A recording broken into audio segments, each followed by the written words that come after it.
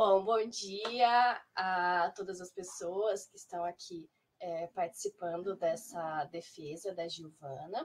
Então, hoje a Giovana vai defender o seu mestrado, intitulado Por Trás da Lona Preta, Necropolítica e Deslizamentos em Salvador. Então, eu convido agora a Giovana Ferreira da Silva Souza para fazer a apresentação. Ela tem até 50 minutos para fazer a apresentação e depois nós passamos para a arguição. E agradeço então a todos, né, que estão aqui presentes, que vão fazer parte dessa avaliação do trabalho de Giovana.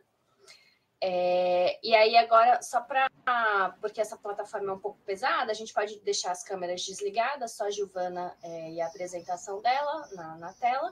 E aí depois a gente retorna, então, tá certo? Obrigada. De hora que você quiser, tá? Pode ir.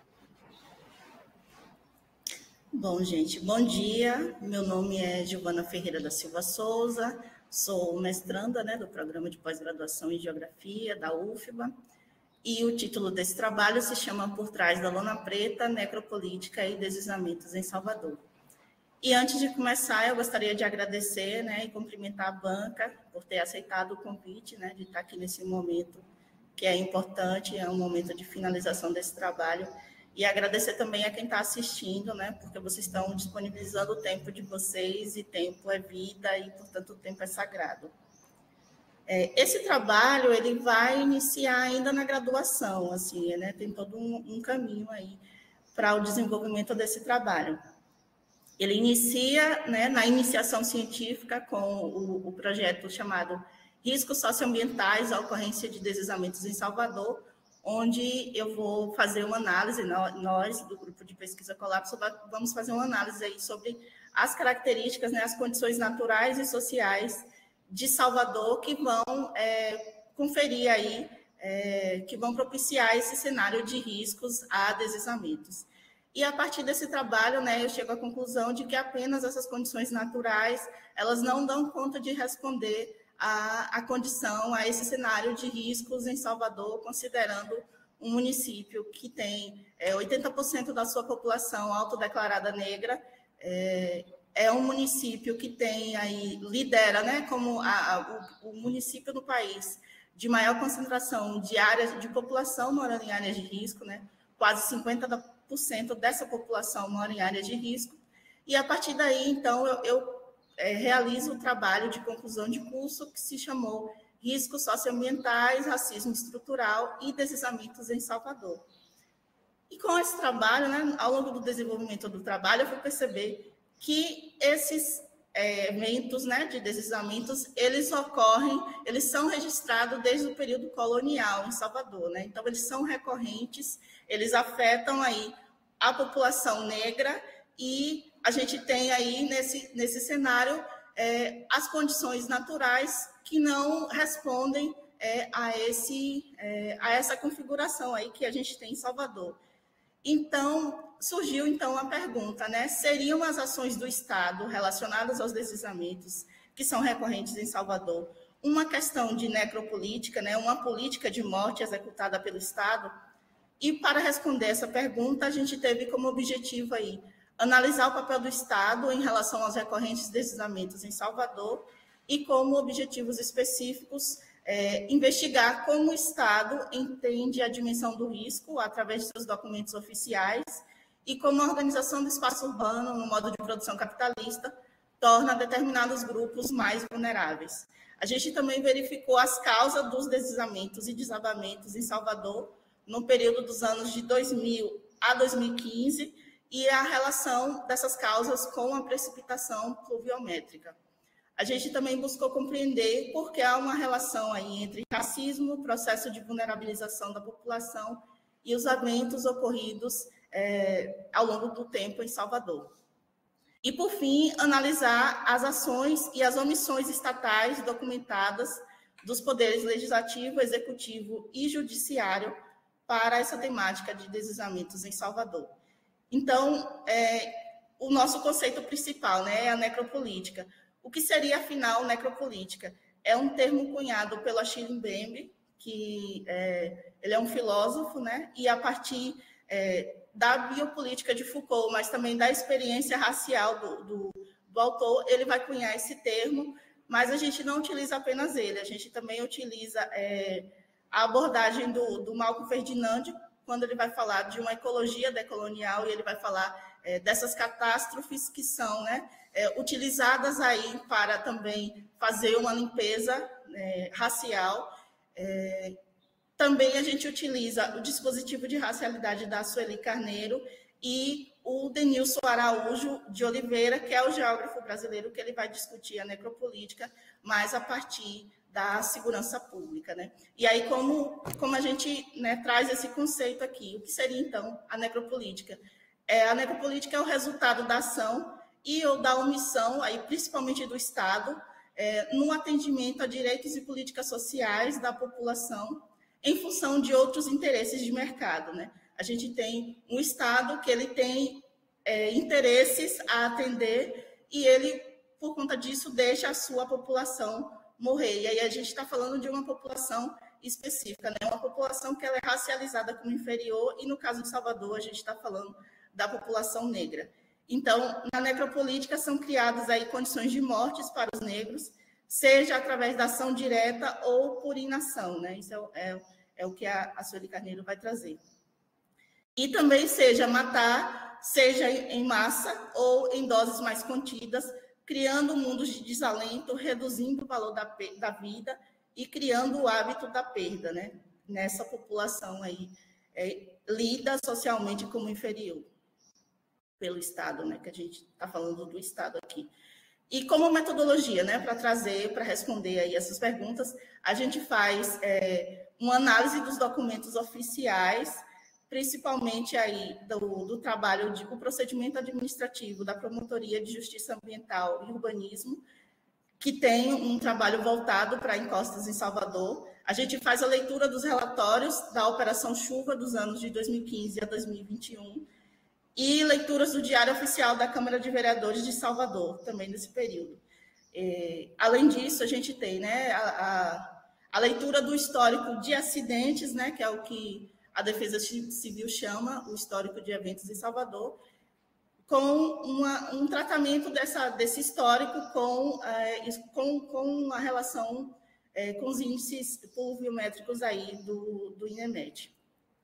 E também, né, trabalhos anteriores, leitura de trabalhos anteriores, enfim.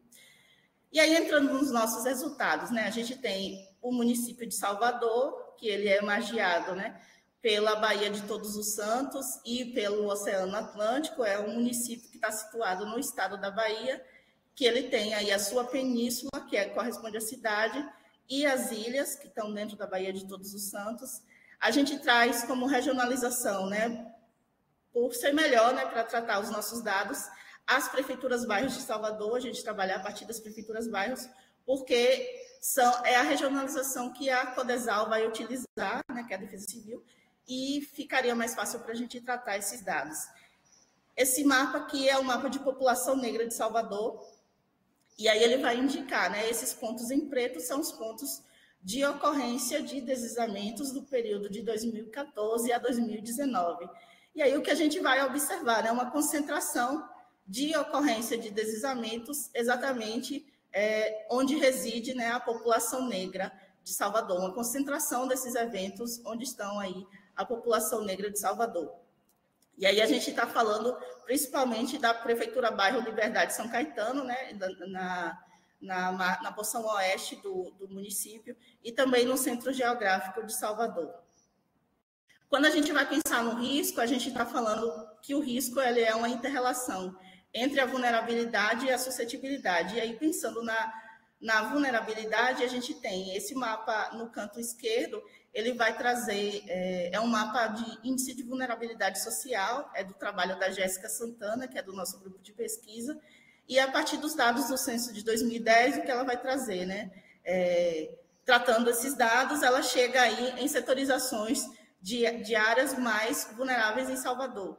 E essas áreas de mais vulnerabilidade social são também as áreas onde tem uma maior concentração de ocorrência de deslizamentos. e quem é o público, né, mais afetado aí, que tem maior condição de vulnerabilidade social, é a população preta, e eu estou falando da população preta excluindo os pardos, que moram em edificações do tipo casa, com crianças de 0 a 14 anos e que têm de 1/8 a um salário mínimo por mês.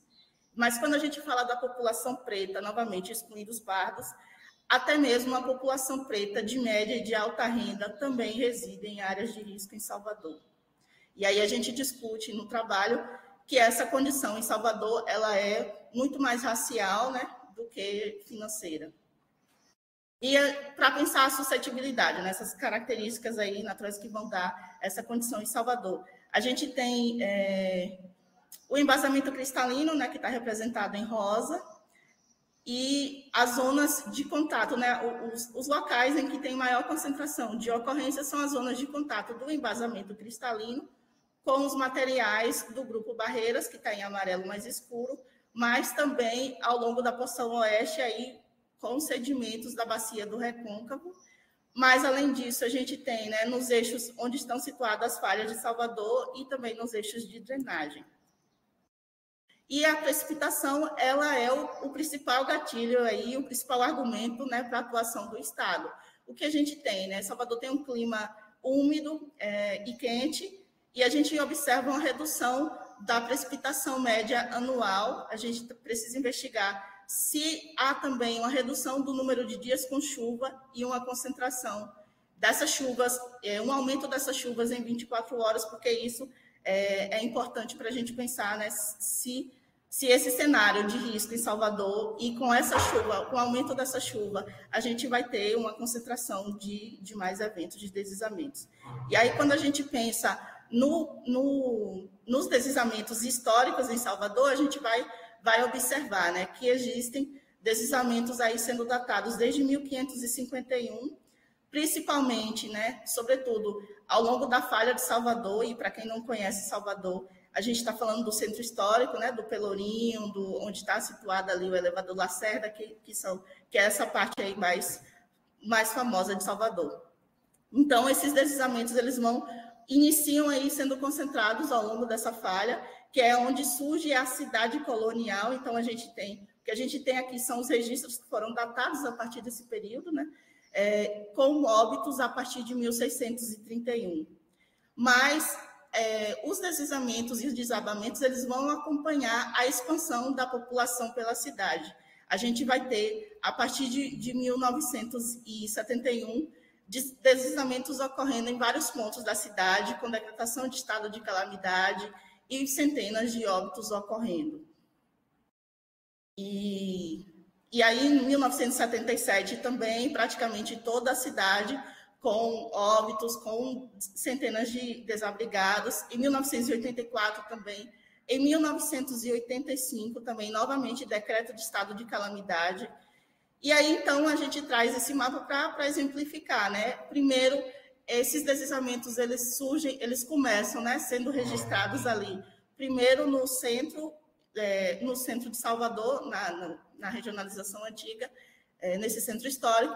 Depois, a partir de 1964, 1989, eles vão se expandir pela cidade, e a partir de 1990 a gente tem deslizamentos aí acompanhando a cidade, e, sobretudo, aí a gente vai discutir no trabalho, né, as pedreiras abandonadas, a contribuição dessas pedreiras abandonadas para esse cenário de risco e a falta de saneamento básico que vai afetar que vai causar vários desses deslizamentos aí com dezenas de óbitos. Enquanto isso, o município o município não estava parado, assim, né? O Estado ele estava executando obras, ele estava atuando, mas em outro setor, né? Eles não estavam ali, a população estava morrendo, era decretado estado de calamidade, e, por outro lado, a gente vai ter o EPUCS, que é a criação do escritório, né? Que ele vai possibilitar aí várias reformas urbanas em Salvador, inclusive a retirada da população pobre do centro histórico, do centro antigo, e a realocação dessa população no centro geográfico de Salvador, com a chegada de imigrantes, principalmente vindo do interior, né, com o êxodo rural. a gente vai ter uma soma, né, um incremento dessa população vindo, ocupando essas áreas de encosta, né, essas áreas aí mais precárias, os terrenos mais precários da cidade. Enquanto isso, o Estado estava fazendo toda uma mobilização para organizar a cidade, preparar a cidade, principalmente para o turismo, né? A gente tem a criação da Baía Tussa pelo Estado, a gente tem a ampliação do aeroporto, obras de retificação do Rio Camaragibe, a decretação de patrimônio da humanidade do Centro Histórico em 1985. E aí, no período, né, que é datado o registro de óbitos, de 1631 a 1999, a gente vai ter quase 1.000 óbitos sendo registrados por deslizamentos e desabamentos. Nos anos de 2000, a gente vai ter, dentro do documento, né, o Plano de Desenvolvimento Urbano de Salvador, o PDDU, dentro desse documento, na parte da Defesa Civil, a gente vai ter a própria Defesa Civil apontando aí a omissão do Estado e a falha do Estado em relação à temática. E aí eu trouxe, está grande esse texto, mas é exatamente o que a Defesa Civil ela vai apontar, né? A Defesa Civil apresentava deficiência para atuar de forma preventiva em função da dependência do órgão com os demais órgãos que compunham, né, o sistema da Defesa Civil, que não se colocam à disposição da Codesal em situação de normalidade. Não se tem notícia de uma atuação que combinasse ações de defesa civil com programas no campo da moradia, da infraestrutura, do meio ambiente e da promoção social. As ações eram descontinuadas ou não executadas por decisões dos próprios dirigentes, por ações meramente clientelistas, ainda que esses critérios fossem contrários à própria legislação ou ao plano estabelecido. Dessa forma, né, os deslizamentos eles não possuíam soluções definitivas pelo custo elevado ou por não fazerem parte mesmo das prioridades do governo. E aí a gente chega, né, a partir de 2002, a partir de 2000, a gente vai trazer aí a discussão sobre essas políticas urbanas em Salvador. A gente tem o PDDU de 2002, a gente tem o Plano Diretor de Encosta em 2004 e a gente vai tratar de alguns deles aqui. O Plano Diretor de Encosta, que ele está dentro de recomendações, né, do Estatuto das Cidades, ele foi um documento que foi organizado em 4 fases: o inventário, diagnóstico, prognóstico e o plano de ação. No inventário, a gente tinha o levantamento das características naturais e sociais de Salvador para possibilitar a criação, né, a setorização do município em 4 grupos: de baixo, de médio, de alto e muito alto risco. E aí foram identificados 90 áreas classificadas como de alto e muito alto risco.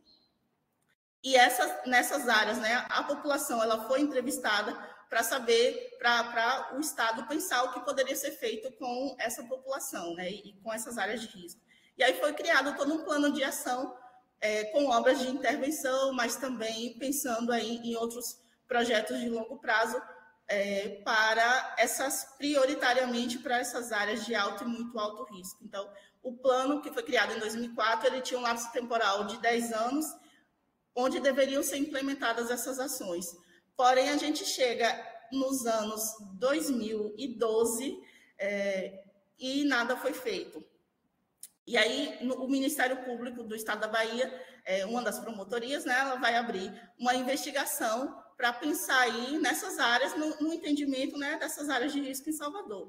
E aí o que vai ser visto a partir da abertura do inquérito, que a Prefeitura recebeu em 2010 o valor de 2,5 milhões de reais do governo federal para a criação de contenção de 115 encostas, e essas verbas tinham sido devolvidas por falta de aplicação.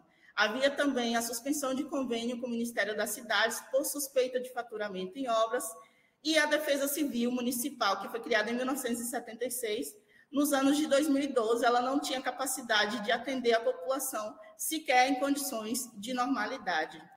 E a partir desse inquérito foram criados aí, houve uma transformação desse procedimento, né, e ele a promotoria chama especialistas para discutir aí o que fazer com essas encostas em Salvador. E aí a gente organizou essas recomendações por temas. Primeiro, o plano diretor de encosta, foi recomendado a atualização desse plano e a atualização do mapa de risco, né, considerando aí que o risco ele é dinâmico, e foi pedido também um respeito à hierarquia